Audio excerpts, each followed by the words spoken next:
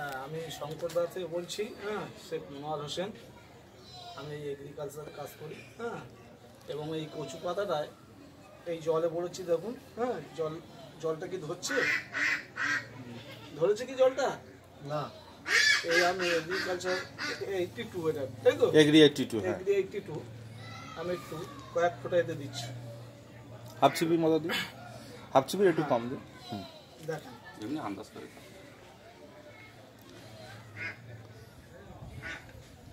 এটাই দিলাম জলে, জলটা আমি ঢেকে দিলাম।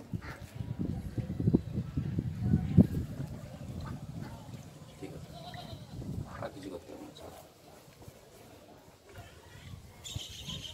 দেখো, এর আগে তো জল ধরিনি, বা জল আছে কি নেই দেখো, নেই তো, নেই। এই আমি এটাকে আমি ভিজিয়ে নিচ্ছি। পুরো পাতাটা কি হয়ে গেল? দেখো তো পাতাটা কি হয়েছে। একবার জোরে হাততালি হোক, জোরে হাততালি।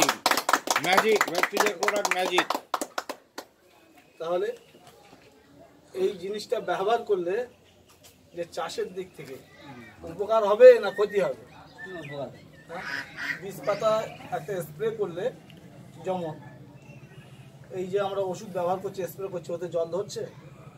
ধরছে না। কিন্তু আমাদের এই ওষুধ, কোম্পানির ওষুধ, যখন তখন স্প্রে করলে কিন্তু জল ধরে যাবে। জল ধরা মানেই তো কাজ।